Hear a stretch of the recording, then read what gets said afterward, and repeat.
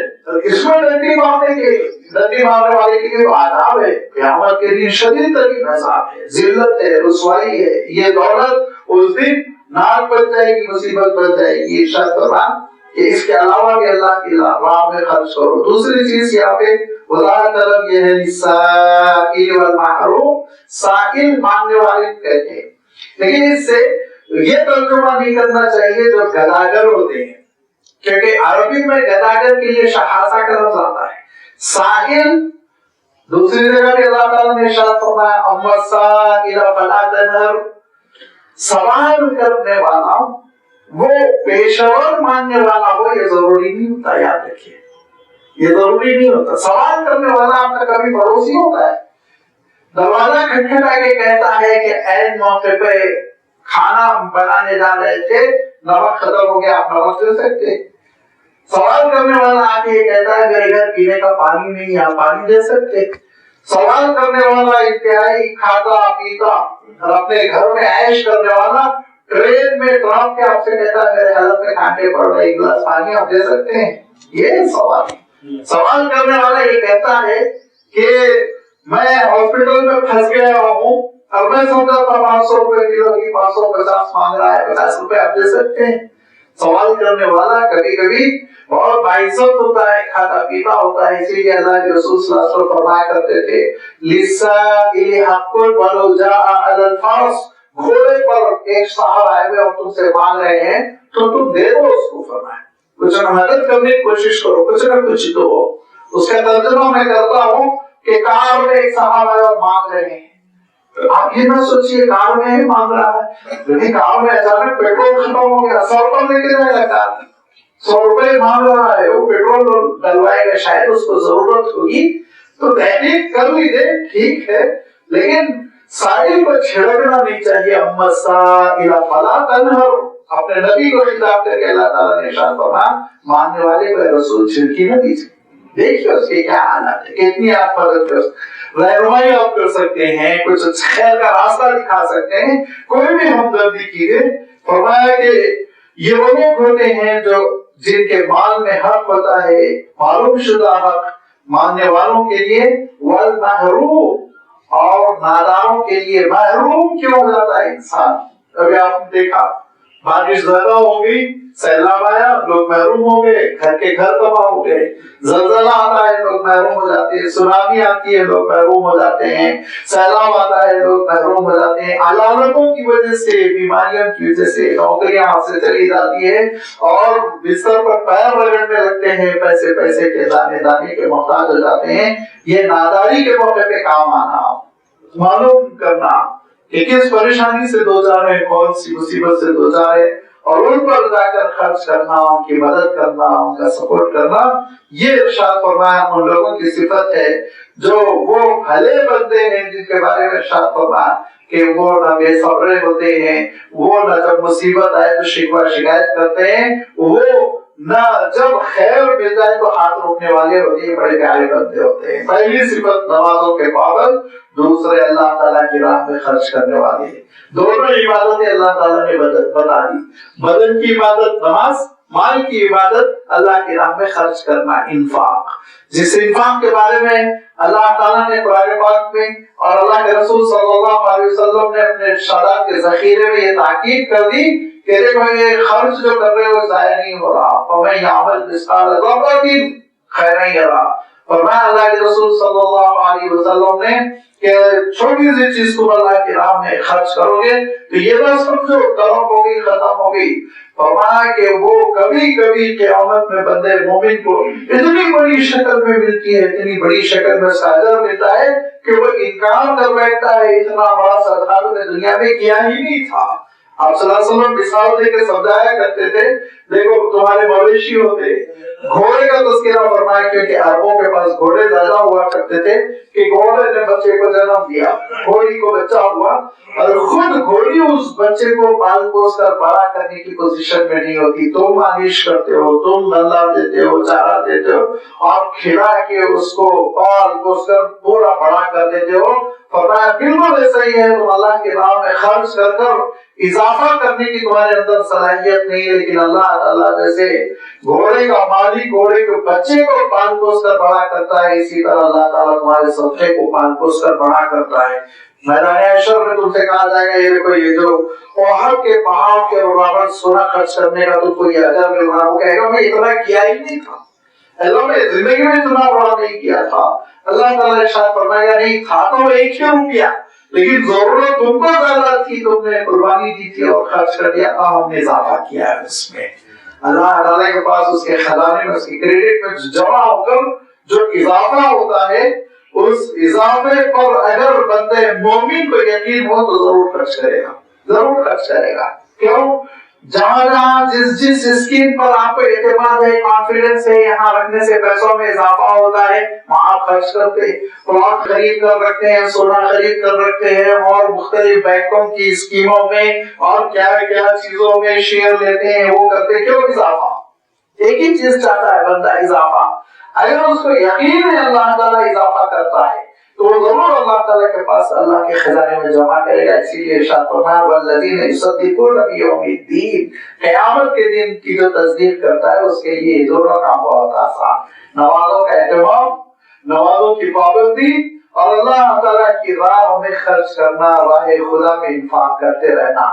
اس کے لیے ضرورت کس بات کی ہوتی ہے؟ آخرت کا پختہ یقین۔ والذین هم من عذاب ربهم مشفقون، میں نے عرض کیا نا کہ جو حالات سامنے والے کے ہیں وہ حالات ہمارے بھی ہو سکتے ہیں۔ اللہ فرمایا جو رب کی پکڑ سے، اس کے عذاب سے ڈرتے رہتے ہیں، گھبراتے رہتے ہیں، اطمینان نہیں رہتا اس کو کہ ایسے ہی میں صحت مند رہوں گا، اس کو اطمینان نہیں رہتا ایسے ہی میں دولت مند رہوں گا، اس کو اس بات کا اطمینان نہیں رہتا میں ایسا ہی طاقتور رہوں گا، بلکہ وہ ہمیشہ ڈرتا رہتا ہے کبھی بھی اللہ کی آزمائش آ سکتی ہے، چلتے پھرتے اللہ تعالیٰ پریشان کر سکتا ہے، اور جہاں سے بندہ سوچتا نہیں وہاں سے آزمائش آ جاتی ہے۔ جن کے ہیلی کاپٹر چلتے تھے کویت میں، اور جو ہیلی کاپٹر سے ایک دوسرے مقام پر شفٹ ہوتے تھے، ان کا عالم یہ ہو گیا تھا جب عراق نے ان پہ حملہ کیا تھا تو ڈبل روٹی کے لیے، بریڈ کے لیے ان کو لائن لگانی پڑی تھی، روٹی کے لیے ان کو لائن لگانی پڑی تھی۔ اسی صدی کا قصہ ہے، پچھلے زمانے کی داستان نہیں ہے۔ حالات ایسے بدلتے ہیں اچانک کہ انسان سوچ نہیں سکتا، لہذا اگر کوئی صحت مند ہے تو اس کو اپنی صحت مندی پر مغرور نہیں ہونا چاہیے، اگر کوئی طاقتور ہے تو طاقت کے نشے میں نہ رہے، اور اگر کوئی دولت مند ہے تو دولت کے نشے میں نہ رہے۔ اللہ تعالیٰ کی جانب سے کوئی بھی فیصلہ کہیں سے بھی آ سکتا ہے، کچھ بھی ہو سکتا ہے، حالات اچانک تبدیل ہو سکتے ہیں۔ لہذا ارشاد فرمایا کہ والذین هم من عذاب ربهم مشفقون، جو گھبراتے رہتے ہیں، ڈرتے رہتے ہیں، لرزہ بردار رہتے ہیں کہ کب اللہ تعالیٰ کی پکڑ آ جائے۔ یاد رکھو ان عذاب ربهم غیر مأمون، تاکید کر دی کہ رب کی پکڑ اور رب کا عذاب ایسی چیز نہیں ہے کہ اس سے معمون ہو جاؤ تو اپنے آپ کو اس سے محفوظ سمجھ لو، غیر مأمون کی امن والی چیز نہیں ہے، اس سے ہمیشہ اس کا خوف رہنا چاہیے، ہمیشہ اس کی پکڑ، اس کے عذاب کے نزول کا ڈر رہنا چاہیے۔ صحت سے بیماری، دولت مندی سے غربت، اطمینان سے خوف، بے یقینی کی کیفیت کبھی بھی وہ چینج کر سکتا ہے، لمحہ میں وہ تبدیل کر دے سکتا ہے۔ ایک صبح ہوتی ہے تو انسان کو پتا چلتا ہے کہ پوری دنیا پلٹ چکی ہے، ایک شام ہوتی ہے تو انسان کو احساس ہوتا ہے میں لٹ چکا ہوں، کہیں کمی نہیں رہ گیا۔ ایک سالانہ روٹین کا ڈائگنوز کرانے کے لیے جاتا ہے اور جب شام میں رپورٹ ملتی ہے تو معلوم ہوتا ہے کہ پیروں تلے زمین نکل گئی، کینسر ڈکلیئر ہو جاتا ہے، فلاں چیز ڈکلیئر ہو جاتی ہے، یہ بیماری ڈکلیئر ہو جاتی ہے۔ دیکھتے دیکھتے دیکھتے دیکھتے حالات بدلتے چلے جاتے ہیں۔ اللہ کے رسول صلی اللہ علیہ وسلم ارشاد فرماتے ہیں کہ آپ صلی اللہ علیہ وسلم سے پوچھا گیا کہ اللہ کی راہ میں خرچ کرنے کا عمل کون سا زیادہ پسندیدہ ہے؟ فرمایا پسندیدہ عمل یہ ہے کہ جب تم صحت مند رہو اور پیسوں کی تم کو ضرورت رہو تم پیسے خرچ کرو، یہ سب سے افضل ہے۔ جب بیمار ہو جاؤ کفارہ، صدقہ، فدیہ وغیرہ یہ تو کرو گے ہی کرو گے، تو پیسوں میں کیا رغبت رہے گی؟ فرمایا کہ انت تصدق وانت صحیح وشہید، ایسا صدقہ کرو کہ تم صحت مند بھی رہو، شہید ہو، ضرورت مند بھی رہو، تب تم اللہ کے راہ میں دے رہے ہو 10 روپے، اس کے معنی یہ کہ تم واقعتاً قیامت کے دن اجر لینے اور آخرت کی کامیابی کے لیے، اللہ کی خوشنودی کے لیے دے رہے ہو۔ اور یہ اللہ تعالیٰ نے اس لیے تاکید فرما دی والذین هم من عذاب ربهم اس لیے ارشاد فرما کہ ربوبیت اور الہیت تو اللہ کی یہ خرچ کرے. سورۃ البقرہ میں ارشاد فرمایا نا کہ ایک شخص کا عالم یہ ہے خرچ تو کرتا ہے انکم ٹیکس کے ریٹ سے بچنے کے لیے, خرچ تو کرتا ہے اپنی پارٹی کو خوش کرنے کے لیے, خرچ تو کرنا بہت دیتے ہیں کروڑوں روپے تاکہ حکومت کو خوش رکھیں. شاہ فرمایا ان کا خرچ کرنا ایسے ہی ہے جیسے کہ چٹان پر تھوڑی سی مٹی جمع ہو گئی تھی اور اس پر خود زبردست بارش بھی مٹی بہ گئی, کالی چٹان باقی رہ جائے گی. نیت نہیں ہے اللہ سے اجر لینے کی نیت نہیں ہے, ایمان نہیں ہے, یقین نہیں ہے, تو یہ خرچ کرنا تھوڑی فائدہ پہنچائے گا. اور ارشاد فرمایا اس کے مقابلے میں وہ شخص جو اللہ پر ایمان رکھتا ہے, غریب ہے, تھوڑا سا خرچ کرتا ہے, لاکھوں ڈالر نہیں خرچ کر سکتا, تو روپیہ 2 روپیہ 1 سکہ 2 سکہ خرچ کرتا ہے. فرمایا کہ اس کا عالم ایسے جیسے ہل اسٹیشن پہ بہترین فارم ہاؤس اور اس پر بارش کی بھی ضرورت نہیں, شبنم سے بھی کھیتی رنگ لاتی ہے. شبنم بھی کافی ہو جاتی ہے. لم یصبها وابل فطل, اگر خوب بارش نہیں ہوئی شبنم ہی گری لیکن اس کا کام بن گیا. فرمایا اس کا کام بن گیا. ہل اسٹیشن پر آپ جائیے دیکھیے کہ وہاں زبردست بارش کی ضرورت نہیں ہوتی, ہوا پھوار کے ذریعے سے وہاں بہترین کھیت آتے ہیں, ڈرائی فروٹ کے کھیت بن جاتے ہیں, کافی کے, ٹی کے بہترین درخت اگاتے ہیں. یہ ارشاد فرمایا کہ اصل دل کی زمین اچھی ہونی چاہیے. یہ زمین جب زرخیز ہوتی ہے تو پھر اس میں تھوڑی سی چیز بھی بہت رنگ لاتی ہے. دل کی زمین جب زرخیز نہیں ہوتی تو بہت ہل چلائیے فائدہ کچھ نہیں ہوتا. ارشاد فرمایا یہ کیفیت ہو تمہاری. والذین یصدقون بیوم الدین, تصدیق آخرت, قیامت کے دن کی تصدیق. تیسری صفت فرمائی کہ جو صداقت سچ مانتے ہیں آخرت کے دن کو, اور جو گھبراتے رہتے ہیں رب کے عذاب سے, اور یاد رکھو رب کا عذاب ہے ہی ایسی چیز کہ وہ غیر معمول ہے, اس سے اپنے آپ کو معمول نہ سمجھو, محفوظ نہ سمجھو.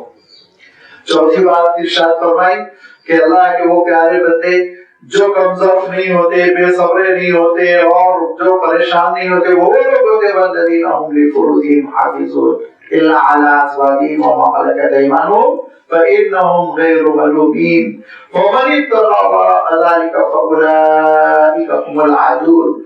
جب نماز کا مسئلہ آیا تو اللہ تعالیٰ نے 2 آیتوں میں تذکرہ فرمایا. جب اللہ کی راہ میں خرچ کرنے کا مسئلہ آیا تو اللہ تعالیٰ نے 2 آیتوں میں ذکر فرما دیا. لیکن جب حیا کا تذکرہ آیا, بے حیائی کے ارتکاب سے اجتناب کرنے کا تذکرہ آیا تو اتنی تفصیل کر دی گئی, لمبی لمبی 3 آیتیں. والذین هم لفروجہم حافظون, جو اپنے دامن کی حفاظت کرتے ہیں, گناہ نہیں کرتے, زنا نہیں کرتے. ہاں اگر جو انسانی تقاضے ہیں, ضرورتیں ہیں, ان کی تکمیل کرنی ہو تو الا علی ازواجہم وما ملکت ایمانہم, تو پھر صرف اور صرف وہ اپنے شریک حیات کے ساتھ اللہ تعالیٰ نے جہاں اجازت دے رکھی ہے وہیں پر اگر وہ اپنے تقاضوں کو پورا کرتے ہیں فإنہم غیر ملومین, تو ان پر کوئی لعن طعن نہیں ہے, ان پر کوئی حرج نہیں ہے. فمن ابتغى وراء ذلك, جو کوئی بھی اس سے ہٹ کر راستہ اپنائے گا فأولئک هم العادون, وہ حد سے بڑھ جانے والا ہوگا. اور جو حد سے بڑھ جاتا ہے پھر اللہ تعالیٰ اس کو کنٹرول کرتا ہے, جیل میں ڈالتا ہے. کیا ارشاد فرمایا کہ والذین هم لفروجہم حافظون, اعلیٰ ظرف بندے کون ہیں, اونچی صفت کے حاملین کون ہیں؟ وہ جو حیا کے تقاضوں کو پورا کرتے ہیں اور جو اپنے دامن کی حفاظت کرتے ہیں, بے حیائی کا ارتکاب نہیں کرتے جس کو زنا کہا جاتا ہے, جس کے بارے میں اللہ تعالیٰ نے ارشاد فرمایا لا تقربوا الزنا, قریب بھی نہ پٹکنا. کیسے قریب نہ پٹکنا؟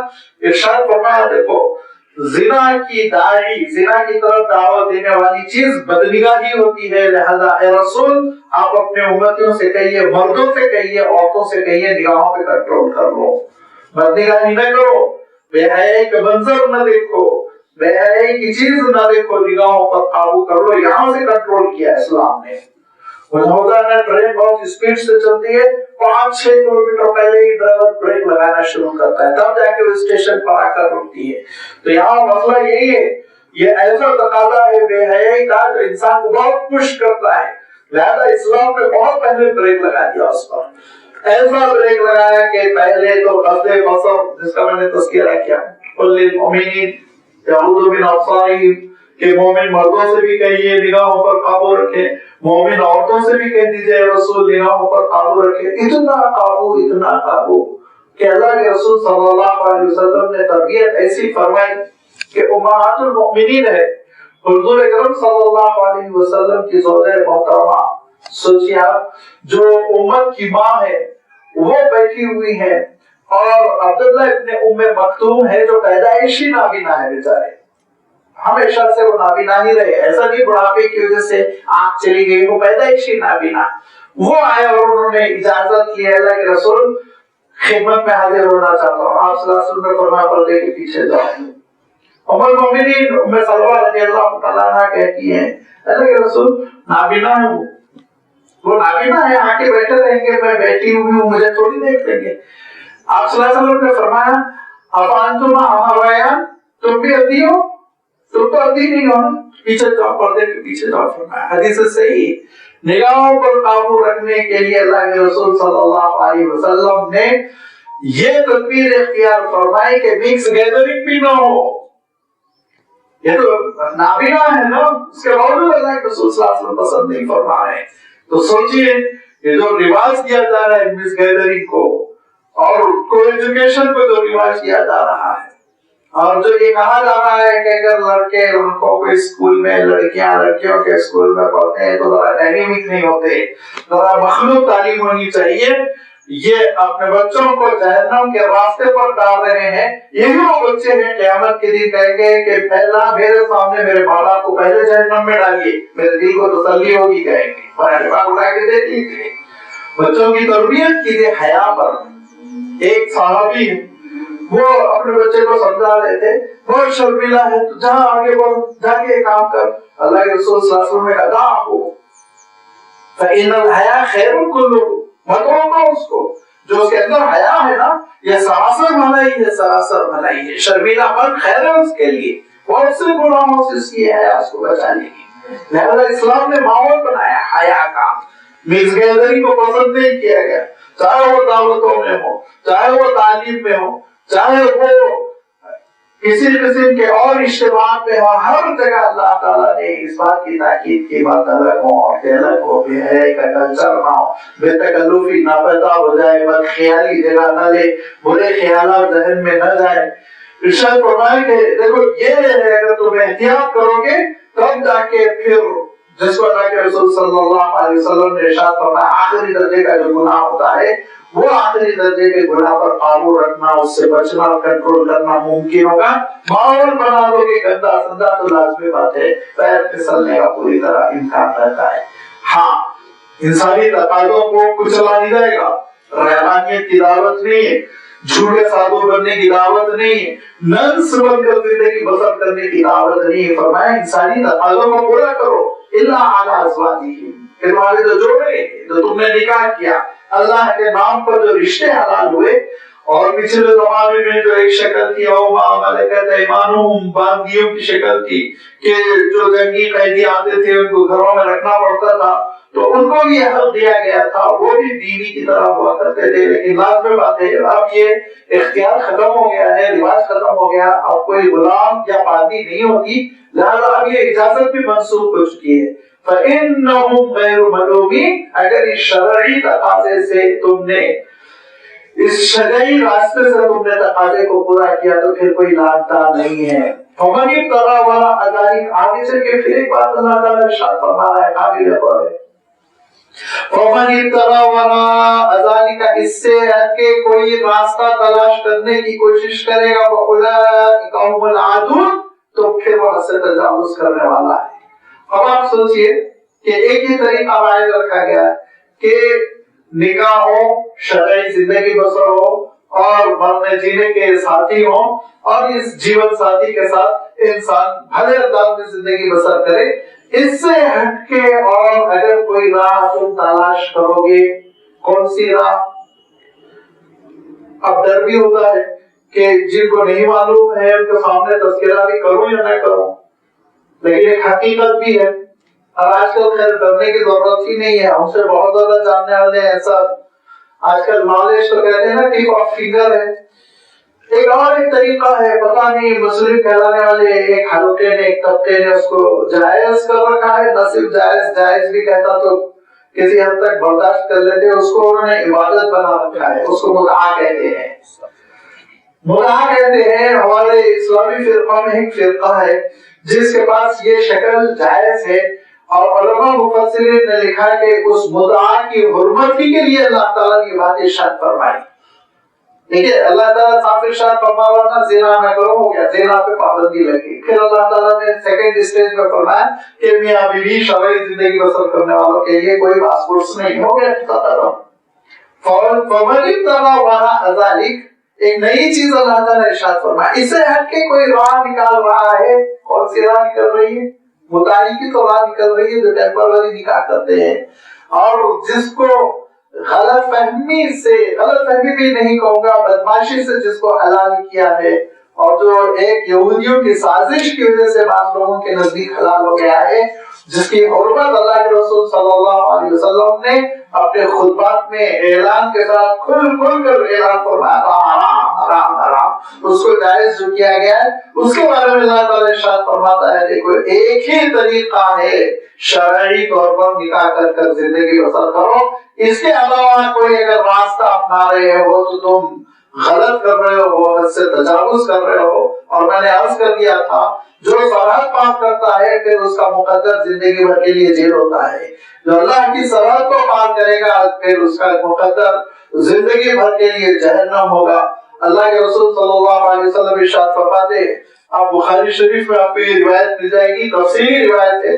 اس کا ایک حصہ یہ ہے کہ میرا گزر ہو رہا تھا حضرت جبرائیل امین کے ساتھ. فرمایا ایک طرف جبرائیل ہے ایک طرف میکائیل ہے کہ مجھے ایک کنویں جیسی جگہ سے، بلکہ آپ نے فرمایا تندور جیسی جگہ سوراخ سے چیخنے کی آوازیں آئیں، چلانے کی دوڑنے کی آوازیں آئیں. تو میں آگے بڑھا اور اس گلے میں یا اس تندور میں نے چھانٹ کر دیکھا تو دیکھا کہ چند ننگے مرد ننگی عورتیں ہیں اور ان کے پیروں تلے سے شعلے نکل رہے ہیں اور ان کو جلا کے بھسم کر رہے ہیں.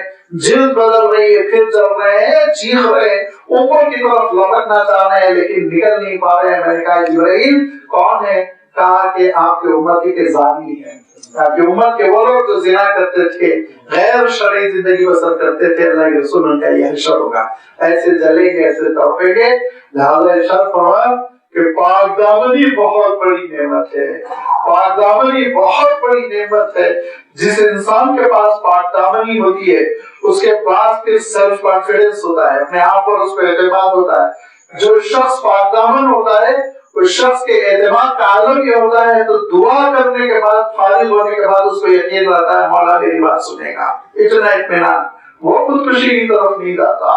تو آپ دیکھ رہے ہیں نا کروڑ روپے کماتے ہیں اور فلمی ستارے بنتے ہیں مگر معلوم بھی ہوگا گھنٹے 2 گھنٹے کی آزمائش آئی، چھٹی پنکھے سے لٹک گئے. یہ اس لیے کہ بے حیائی کی زندگی بسر کر رہے ہیں. یہ اس لیے ہے مستقبل تاریخ ہے. یہ اس لیے ہے کہ آخرت میں وہ برباد ہونے کا ان کو یقین ہے. لہذا زندگی سے بیزار ہے. جس بندے کو یہ یقین ہو کہ میری زندگی کا ہر لمحہ عبادت ہے، میں جتنا جیوں گا میں اللہ کی عبادت کروں گا، لوگوں کی خیرخواہی کروں گا، وہ اپنے آپ کو زندگی سے کیوں محروم کرے گا؟ لہذا وہ کمزور نہیں ہوتا، وہ جلدی مصیبتوں سے نہیں گھبراتا، بے صبرا نہیں ہوتا. وہ خیر جب مل جائے تو ہاتھ روکنے والا نہیں ہوتا، راہ خدا میں خرچ کرنے والا ہوتا ہے. جب یہ بے حیائی لپٹ پڑتی ہے اس کو، اس کا عادی اور خوگر ہو جاتا ہے تو پھر وہ برباد ہو جاتا ہے. ارشاد فرمایا والذین هم لفروجهم حافظون. چوتھی صفت ہے جس کا اللہ تعالیٰ تذکرہ فرما رہا ہے، جو پاک دامن ہوتے ہیں اور شرعی بنیادوں پر زندگی بسر کرتے ہیں. شرعی طور پر اللہ نے جو اجازت دے رکھی ہے ان تقاضوں کے مطابق اگر کوئی زندگی بسر کرے تو کوئی پاس پرس نہیں ہے. اس سے ہٹ کے راہیں تلاش کرنے والا برباد ہے. وَالَّذِينَ هُمْ لِأَمَانَاتِهِمْ وَعَهْدِهِمْ رَاعُونَ. اس آیت میں اللہ تعالیٰ نے 5ویں اور 6ویں صفت بیان کر دی. 5ویں یہ ہے کہ وَالَّذِينَ هُمْ لِأَمَانَاتِهِمْ، جو امانتوں کے راعون، بہت اہتمام کرنے والے، امانت میں خیانت کرنے والے نہیں، امانتوں کا خیال رکھنے والے. امانت کس کو کہتے ہیں؟ امانت کہتے ہیں ہر اس چیز کو، عربی میں امانت کی تشریح یہ ہے کہ ہر وہ چیز جس کے ادا کرنے کا آپ پر مطالبہ ہو، جو آپ کے لیے ضروری ہے کہ اس کو آپ ادا کریں، وہ امانت ہے۔ کسی نے آپ کے پاس مال رکھوایا، اب آپ کو دینا ضروری ہے، واپس کرنا ضروری ہے، امانت ہے۔ کسی نے آپ کے پاس راز رکھوایا، یہ امانت ہے، اس کے راز کی آپ حفاظت کریں۔ اس طرح سے آپ دیکھیں گے کہ امانت کا کانسیپٹ بہت وسیع ہے، یہاں تک کہ یہ دین بھی ایک امانت ہے، یہاں تک کہ ہمارے جسم کے جو اعضاء ہے نا، یہ امانت ہے، یہ اللہ تعالیٰ نے ہم کو بطور امانت عنایت فرمایا ہے۔ اس کو غلط استعمال کریں گے اللہ تعالیٰ کے پاس جواب دینا ہے۔ امانت کے معنی یہ ہے کہ ہر وہ ہماری ذمہ داری جس کے ہم جواب سے ہیں، ان امانتوں کا خیال رکھنا، رعایت کرنا، ان میں کسی قسم کی کوئی بددیانتی جس کو ہم خیانت کہتے ہیں، وہ خیانت نہ کرنا، یہ انسان کی کامیابی کی دلیل ہے۔ یہ اعلیٰ ظرف انسان ہوتے ہیں جو حالات سے گھبراتے نہیں، یہ وہ اعلیٰ ظرف انسان ہوتے ہیں جو مصیبتوں میں پریشان نہیں ہوتے، خوشیوں میں بدحال نہیں ہوتے، یہ ہمیشہ امانتوں کا رعایت، امانتوں کا اہتمام۔ اللہ کے رسول صلی اللہ علیہ وسلم کا لقب ہی امین تھا، امانت، اتنی امانت داری کہ اللہ کے رسول صلی اللہ علیہ وسلم کے پاس سارے لوگ اپنی اپنی امانتیں، اپنی اپنی وصیتیں، اپنے اپنے راز رکھا کرتے تھے۔ یہ ہے وہ امانت داری جس کا ایک مسلمان کو ذمہ دار بنایا گیا کہ جو تم کو امانت دی جائے وہ امانت پوری تم ادا کرو۔ اللہ کے رسول صلی اللہ علیہ وسلم ارشاد فرماتے تھے کہ ایمان خالص کا تقاضا ہے امانت داری۔ لا ایمان لمن لا امانت لہ، جو امانت دار نہیں ہے وہ ایماندار بھی نہیں ہے، فرمایا لا ایمان لمن لا امانت لہ، اور فرمایا کہ جو امانت دار نہیں ہے وہ منافق ہے۔ منافق کی 4 علامتوں میں ارشاد فرمایا اذا تمن خانہ، جب کبھی امانت دی جائے اس کو خیانت کرے گا، ڈنڈی مارے گا۔ بہت سی امانتیں ہوتی ہیں جو ہمارے پاس آتی ہیں، ان امانتوں کے سلسلے میں اہتمام کرنا۔ اگر آپ کے پاس کسی نے گاڑی رکھا دی اور کہا میں 1 مہینے کے بعد آؤں گا، اس گاڑی کو نہیں چلانا، اس کو نہیں خراب کرنا، خراش نہیں آنے دینا۔ اور ہمارے بچے جو نوٹس لیتے ہیں، پیشہ ور اور تدریسی تو ہے، اس سے خوب آپ کو پتا چلتا رہتا ہے، نوٹس لیتے ہیں، وہ اسٹوڈنٹ جو بیچارہ سال بھر اٹینڈنس میں بھی پرومپٹ رہا، لکھا پڑھا، لیکچر سب تیار کیا، اس کے نوٹس لیتے ہیں، سال کے اخیر میں ہم زیروکس کرا کے دیں گے، اور بددیانتی کر کے اس کے نوٹس کو تباہ کر دیتے ہیں۔ تو پھر ایسے بچوں کو علم کا فائدہ نہیں ہوتا۔ جیسے نوٹس تم نے اس سے مانگے ویسے ہی واپس کرو، پینسل سے نشان بھی مت لگاؤ، مارک بھی مت لگاؤ۔ لائبریری سے کتابیں لیتے ہیں، پھاڑ لیتے ہیں اپنے ضروری سوال، خیانت کی تم نے امانت میں، اس کا تم کو جواب دینا ہوگا۔ ہمارے سے کوئی شیئر کرتا ہے، مصیبت بیان کرتا ہے، درد دل بیان کرتا ہے، اس کا راز ہمارے پاس ہے، لہذا اس راز میں بددیانتی نہ کرو، دوسروں کو جا کے نہ سناؤ، ملاوٹ کر کے لوگوں کے سامنے اس کے راز کو افشا نہ کرو، یہ سب بددیانتی ہے، یہ سب خیانت کی شکلیں۔ اتنی امانت داری کہ اللہ کے رسول صلی اللہ علیہ وسلم کعبۃ اللہ سے باہر تشریف لا رہے، مکہ فتح ہو چکا، بت توڑے جا چکے، بتوں سے حرم کو صاف کر دیا گیا، اور اللہ کے رسول صلی اللہ علیہ وسلم نے کہا کہ کعبے کی چابی لاؤ، میں کعبے میں داخل ہونا چاہتا ہوں۔ تو حضرت عثمان نامی صحابی تھے جن کے پاس چابی تھی، وہ قبیلے کے اعتبار سے چابی کے ذمہ دار تھے۔ جب اللہ کے رسول صلی اللہ علیہ وسلم ہجرت کو جانے والے تھے، مدینہ منورہ روانہ ہونے والے تھے، ہجرت کا وقت قریب آ چکا تھا، تو انہی سے آپ صلی اللہ علیہ وسلم نے کہا تھا ایک مرتبہ یہ دروازہ کھول دو، میں کعبے کے اندر جانا چاہتا ہوں۔ انہوں نے کہا تھا زندگی میں دروازہ نہیں کھولوں گا۔ اللہ کے رسول نے کہا تھا وہ وقت بھی کیسا ہوگا، چابی میرے ہاتھ میں ہوگی۔ تو انہوں نے کہا تھا قریش مر چکے ہوں گے، کہا نہیں مرے گے تو نہیں لیکن ہدایت پر آ چکے ہوں گے۔ آج وہی وقت تھا، فتح مکہ کا وقت ہے، آج 10 سال گزر چکے ہیں اور مکہ فتح ہو چکا ہے، بتوں کی نجاست سے حرم شریف پاک کیا جا چکا ہے۔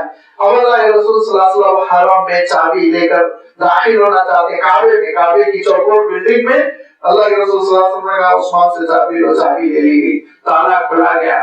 اللہ کے رسول صلی اللہ علیہ وسلم اندر تشریف لے گئے، سوائے حضرت بلال کے اور کوئی ساتھ نہیں تھا۔ 2 رکعت اللہ کے رسول صلی اللہ علیہ وسلم نے مختصر سی ادا کی اور اس کے بعد سے باہر آئے تو چابی لینے کے لیے حضرت علی رضی اللہ تعالیٰ عنہ لائن میں کھڑے ہوئے ہیں اور حضرت علی سے زیادہ حقدار کوئی نہیں، بنی ہاشم کے قریش کے معزز خاندان کے فرد اللہ کے رسول صلی اللہ علیہ وسلم کے چچا زاد بھائی، لیکن اللہ کے رسول صلی اللہ علیہ وسلم نے مسکراتے ہوئے کہا نہیں تم نہیں، بلاؤ ان کو عثمان کو جن کی یہ چابی ہے، خود خالدۃ خالدۃ، عثمان تم بھی رکھو تمہارے ہی پاس رہے گی، کیونکہ ان اللہ یأمرکم ان تؤدوا الامانات الی اہلھا، میرے مولا کا حکم ہے امانت کو صاحب امانت کے حوالے کرو، میں کسی اور کو چابی نہیں دوں گا۔ یہ ہے امانتوں کا احساس، یہ ہے امین اللہ کے رسول صلی اللہ علیہ وسلم کی۔ اگر اللہ کے رسول صلی اللہ علیہ وسلم حضرت علی رضی اللہ تعالیٰ عنہ کے لیے فیصلہ کرتے تو یہ نص قطعی ہوتا، اس پر ایمان رکھنا ہمارے لیے ضروری ہوتا، لیکن اس کو اتھارٹی، لیکن اللہ کے رسول صلی اللہ علیہ وسلم نے بتایا کہ امانت میں خیانت نہیں ہونی چاہیے، والذین هم باماناتہم وعہدہم، وعدوں کا بھی پاس و لحاظ کرنا جو بہت ڈنڈی مارنے کے عادی ہے، اور لوگ سمجھتے ہیں وعدہ کرنا مذاق ہے، نعوذ باللہ مذاق نہیں ہے۔ ان العہد کان العہد مسئولا، اللہ تعالیٰ کے پاس ہر وعدہ پوچھا جائے گا۔ دن میں تم نے 100 وعدے کیے تھے اور وہ 100 وعدوں میں تم نے 99 وعدے نبھائے، ایک وعدہ کیوں نہیں نبھایا؟ اور سوچیے جو 100 وعدے کر کے 100 کے 100 وہ گھپلا کرتے ہیں، یہ جو ماحول سیاسی ماحول بن گیا جس کی وجہ سے وعدہ خلافی ہمارے اندر آ گئی، ارشاد فرمایا انتہائی بری علامت ہے۔ اللہ کے رسول صلی اللہ علیہ وسلم کا عالم یہ ہوا، ابو داؤد میں آپ دیکھیے اللہ کے رسول صلی اللہ علیہ وسلم کے اخلاق کے سلسلے میں حدیث آتی ہے کہ ابھی رسول نہیں ہے، بہت پہلے رسالت سے بہت پہلے اللہ کے رسول صلی اللہ علیہ وسلم نے ایک صاحب سے معاہدہ کیا اور وہ صاحب کا معاملہ یہ ہوا کہ پیمنٹ کرنا رہ گیا اور انہوں نے کہا ابھی آ رہا ہوں ابھی آ رہا ہوں کہہ کے چلے گئے، اللہ کے رسول صلی اللہ علیہ وسلم ٹھہرے رہے اور وہ صاحب تیسرے دن وہاں سے گزرے تو چونکے، ارے آپ ٹھہرے ہوئے؟ میں 3 دن سے تمہارے انتظار میں، کیونکہ وعدہ کیا تھا نا یہاں ملوں گا، میں نے وعدہ کیا تھا، نبوت سے بہت پہلے کی بات ہے۔ اللہ کے رسول صلی اللہ علیہ وسلم وعدے ایسے نبھاتے کہ ذرہ برابر وعدہ خلافی کا شبہ بھی ہوتا تو صلی اللہ علیہ وسلم احتیاط فرماتے۔ آج ہمارے اندر سے صفت نکل گئی، صاف معذرت کرنے ہم یہ کام نہیں کر سکتے، نہیں آ سکتے، آپ کے پاس نہیں دے سکتے، فلاں چیز کھلا کہہ لیجیے، ایک بار برا لگے گا، جھوٹا وعدہ کر کے اس کو لٹکا دیں گے، سینکڑوں بار اس کو برا لگے گا، پریشان ہو جائے گا، دوسری جگہ انتظام نہیں کرے گا، آپ کے اوپر بھروسہ کیے ہوئے کھڑا رہے گا، بیٹھا رہے گا، اور آگے چل کے معلوم ہوگا کہ موصوف ہے، جواب ہی نہیں دے رہے ہیں، فون ہی نہیں اٹھا رہے ہیں، بلکہ فون پہ بلاک کر دیا وہ بیچارے کو۔ یہ وعدہ خلافی بہت بری بات۔ اللہ کے رسول صلی اللہ علیہ وسلم ارشاد فرماتے ہیں قیامت کے دن میدان حشر میں پیچھے ایک جھنڈا لگا ہوا رہے گا، اس پہ لکھا ہوا رہے گا غدرۃ قبیلۃ فلان، یہ فلاں سوسائٹی کا یہ غدار ہے، وعدہ خلافی کرنے والا ہے۔ لہٰذا ارشاد فرمایا کہ اللہ کے وہ نیک بندے جو چھوٹی چھوٹی مصیبتوں سے نہیں گھبراتے اور جو ہمیشہ اللہ پہ بھروسہ کرتے ہیں، خیر ملتا ہے تو خرچ کرتے ہیں، ان بندوں کی چھٹی صفت یہ ہوتی ہے کہ وہ عہد و پیمان پورا کرتے ہیں۔ آگے حدیث میں نے پہلے ابھی بیان کر دی تھی، لا ایمان لمن لا امانت له ولا دین لمن لا عہد له، جو وعدہ خلافی کرتا وہ دیندار نہیں ہے، فرمایا اللہ کے رسول صلی اللہ علیہ وسلم نے۔ 50% ایمان بھی چلے گیا، دین بھی چلے گیا۔ اب جب دونوں چیزیں چلی گئی تو ہندوستان میں ہماری کیا صورتحال ہوگی وہ آپ کو دیکھ لیجیے۔ ان صفات کے ساتھ ہم بھیجے گئے تھے، امانت داری ہماری صفت تھی، وعدوں کا پاس و لحاظ رکھنا ہماری صفت تھی، اور آگے چل کے دیکھیے 7ویں بات، والذین هم بشہاداتہم قائمون، جو گواہیوں میں ڈنڈی نہیں مارتے، گواہیوں میں ڈنڈی نہیں مارتے۔ شہادت گواہی، سچی گواہی، کون سی گواہی؟ وہ گواہی جو اشہد ان لا الہ الا اللہ کہہ کر میں دنیا کے دربار میں دے رہا ہوں، تو دنیا کے کٹہرے میں کھڑے ہو کے جو دے رہا ہوں، سب سے بڑی گواہی تو گواہی ہے توحید کی۔ یہ گواہی میں بھی ہم کو ڈنڈی نہیں مارنی چاہیے تھی، اس گواہی میں بھی ہم کو کمی نہیں کرنی چاہیے تھی، جو گواہی تھی اللہ کی توحید کی اور دین حق کی، اللہ کے رسول صلی اللہ علیہ وسلم کی نبوت اور رسالت کی، وہ گواہی ہم کو پوری کھلا دینا چاہیے تھا، اس میں ہم نے کمی کر دی۔ پھر گواہی بہت سی چیزوں میں ہم آئینی شاہد ہوتے ہیں، لیکن اس کو ہم صحیح طور پر اس کی ہم گواہی نہیں دیتے، صحیح طور پر ہم اس کو بیان نہیں کرتے، بلکہ حیرت یہ ہو گئی کہ ہمارے درمیان کچھ بھائی ایسے بھی ہیں جو پیمنٹ پہ جا کے کورٹ پہ جھوٹی گواہی دیتے، پیشور معلوم کر لیجیے آپ ایڈوکیٹ سے، میرا کبھی واسطہ نہیں پڑا لیکن میں سنا ہوں کہ ملتے ہیں، بکاؤ مال ہے بازار میں ایسا جو باضابطہ شیروانی اور ٹوپی پہن کے جاتے ہیں، سوچیے آپ دین کو بھی بدنام کر دیتے ہیں۔ اور کبھی کبھی ججز کہتے ہیں سنا کہ تم کو شرم آنی چاہیے، تم یہ حرکت کرتے ہو، جنٹلمین برس بدل کے آتے ہو، میں نہیں پہچان رہا ہوں، کیا میں سمجھ رہا ہوں تم کون ہے، وہ کہتا ہے سنا۔ دین کو بھی بدنام کر دیتے ہیں۔ جھوٹی گواہی بہت بری چیز ہے۔ اللہ کے رسول صلی اللہ علیہ وسلم ایک لگا کے تشریف فرمائے دیوار سے، اور سائل نے پوچھا کہ اللہ کے رسول گناہ کچھ صغیرہ ہے کچھ کبیرہ ہے، جو بڑے بڑے گناہ ہیں ان کا تذکرہ فرمائیے، تو اللہ کے رسول صلی اللہ علیہ وسلم اسی پوزیشن میں آرام کے ساتھ جو آرام فرما رہے تھے تو دین دراز تھے، اس میں فرما کہ دیکھو الاشراک باللہ، اللہ کے ساتھ شرک کرنا سب سے بڑا گناہ ہے۔ اس کے بعد دوسری چیز ارشاد فرمایا حقوق الوالدین، والدین کو تکلیف پہنچانا دوسرا بڑا گناہ ہے، اسی طرح آرام کے ساتھ فرمایا۔ ایک دم آپ صلی اللہ علیہ وسلم آرام کی جو کیفیت تھی اس کو چینج کر دیا، الرٹ ہو گئے، سیدھے ہو کر بیٹھ گئے، کہا شہادت الزور، شہادت الزور، شہادت الزور، چہرہ بدل گیا، جذبات بدل گئے، رنگ بدل گیا چہرے کا، غصے سے کہنے لگے جھوٹی گواہی، جھوٹی گواہی، جھوٹی گواہی۔ صحابہ نے کہا لیتہ لم یسل، کاش اللہ کے رسول کو یہ زحمت نہ دی گئی، انہیں سوال نہ کیا گیا ہوتا، اتنی تکلیف ہو گئی آپ کو۔ جھوٹی گواہی کو تیسرے درجے کا بڑا گناہ کہتے ہوئے اللہ کے رسول صلی اللہ علیہ وسلم کی کیفیت تبدیل ہو گئی۔ ہم نے جھوٹی گواہیوں کا بازار کھول دیا، باتوں میں ملاوٹ کرتے ہیں، غلط بیانی کرتے ہیں، اور پھر غلط بیانی کے ذریعے سے کام بنانے کی کوشش کرتے ہیں۔ اللہ تعالیٰ ارشاد فرماتا ہے کہ جو اللہ کے نیک بندے ہوتے ہیں اعلیٰ ظرف اور جن کی مقبولیت کا عزم یہ ہوتا ہے، خیر ملتا ہے، خرچ کرتے ہیں، آزمائش آتی ہے، صبر کرتے ہیں، وہ لوگ ہوتے ہیں جو گواہیوں پر قائم رہتے ہیں، قائمون، سچی گواہی دیتے ہیں۔ وَلَا تَكْتُمُوا الشَّهَادَةَ، ارشاد فرمایا گواہیوں کو چھپاؤ مت۔ وَمَن يَكْتُمْ شَهَادَةً فَإِنَّهُ آثِمٌ قَلْبُهُ، جو گواہیوں پہ ڈنڈی مارتا ہے اس کا دل گنہگار ہے، اس کا دل بدکار ہے، بگڑا ہوا ہے، بدتینت سے وہ ارشاد فرمایا۔ اللہ فرمایا کہ دیکھو گواہیوں کو ٹھیک ٹھاک طور پر ادا کرو، وَالَّذِينَ هُمْ عَلَىٰ صَلَاتِهِمْ يُحَافِظُونَ، پہلا ذکر شروع ہوا تھا جو نمازوں کو ہمیشہ قائم رکھتے ہیں، اور یہ 8ویں صفت ہو گئی وَالَّذِينَ هُمْ عَلَىٰ صَلَاتِهِمْ يُحَافِظُونَ، جو اپنی نمازوں کی محافظت کرتے ہیں۔ وہاں کیا تھا؟ ہمیشہ پڑھنا، یہاں کیا ہے؟ ہر چیز کی حفاظت کرنا، وضو بھی صحیح ہو۔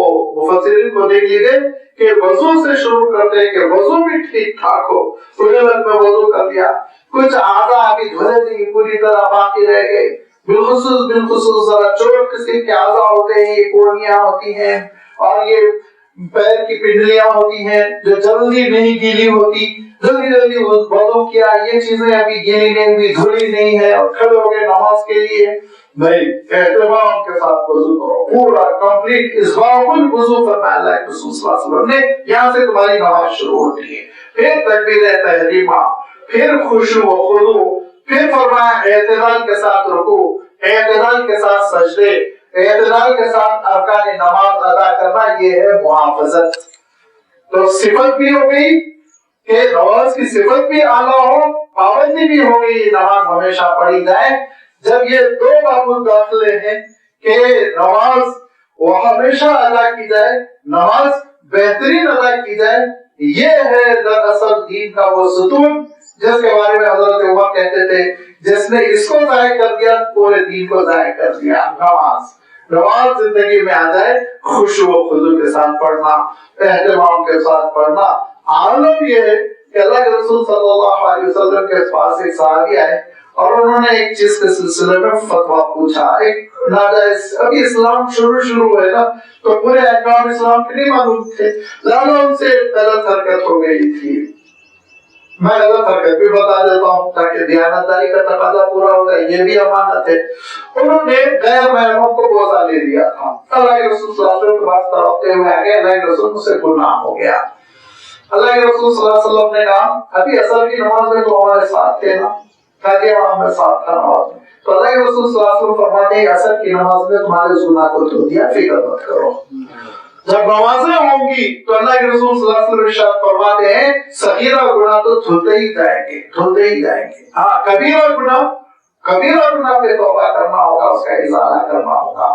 آپ صلی اللہ علیہ وسلم کیا ارشاد فرماتے تھے، آپ نے 20 مرتبہ یہ حدیث سنی ہوگی کہ کس کے گھر کے سامنے نہر بہ رہی ہے، 5 مرتبہ وہ نہاتا ہے تو کیا اس کے بدن پر میل لگا رہ جائے گا؟ فرمایا ایسے ہی نماز ہے، 5 نمازوں کا جو اہتمام کرتا ہے اس کا دل بھی صاف ستھرا ہوتا ہے، بدن بھی صاف ستھرا ہوتا ہے۔ یہ وہ اعلیٰ ظرف بندے ہیں، اولئک فی جنات مکرمون، نظر جنت میں ہوں گے بلکہ بہت اکرام کے ساتھ ہوں گے، معزز ہوں گے، ان کی عزت ہوگی، ان کا مقام ہوگا، جنت کی ساری نعمتیں ان کے سامنے اللہ تعالیٰ پیش فرما دے گا۔ یہ وہ بندے ہیں جن کے بارے میں سورۃ المؤمنون میں اللہ تعالیٰ نے ارشاد فرمایا اولئک الذین یرثون الفردوس هم فیہا خالدون، فردوس کے یہ وارث بنیں گے، جنت کے اعلیٰ نعمت کے یہ وارث بنیں گے۔ یہ وہ کوالٹیز ہے، یہ وہ صفات ہے جس کو ایک انسان اپناتا ہے، اعلیٰ کردار کا، اونچے درجے کا انسان ہوتا ہے، اللہ تعالیٰ کے دربار میں وہ VIP ہوتا ہے، بہت اہم ہوتا ہے۔ اور جو ان صفات سے خالی ہوتا ہے اس کے بارے میں اللہ تعالیٰ ارشاد فرمایا وہ تو بے صبرا نکما ہے ہی، خوشی مل گئی تو بے قابو اور پریشانی ہو جائے تو پھر بے اطمینانی، اس کیفیت کے ساتھ زندگی بسر کر کر وہ جہنم کی طرف کیسے جاتا ہے اس کا اشارہ اللہ تعالیٰ نے آگے کی آیتوں میں فرمایا۔ انشاءاللہ اس کی وضاحت آپ کی خدمت میں رکھی جائے گی۔ وآخر دعوانا ان الحمد للہ رب العالمین۔